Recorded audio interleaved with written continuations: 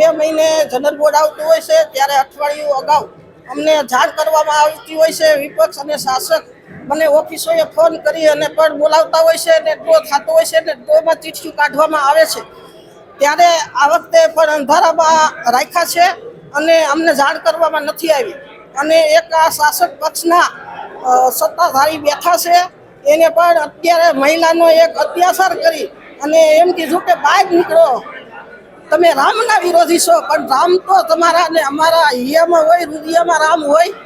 પણ મારું ફર્સ્ટ કહેવાનું છે કે જ્યારે જનક બાપા મેયર હતા ત્યારથી પરંપરા હાલી આવે છે કે શાસક અને મેયર, શાસક અને વિપક્ષને બંનેને બોલાવી અને અંદર આપણને ઓફિસમાં બેહાડતા હોય છે અને એનો ડ્રો કરવામાં આવતો હોય છે અને મહાનગરપાલિકાના એક સેક્રેટરીને ખંભે બંદૂક રાખી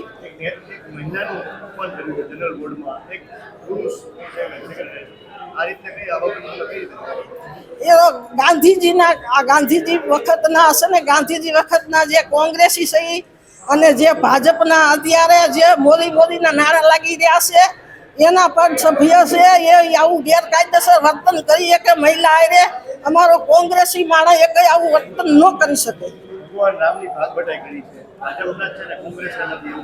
નહીં, એ તો એનો એક એવો ખોટો આક્ષેપ છે। રામ તો બધાને વહતા જ હોય અને રામની સેવા શેત્રુ તો બધાની સાથે જ હોય।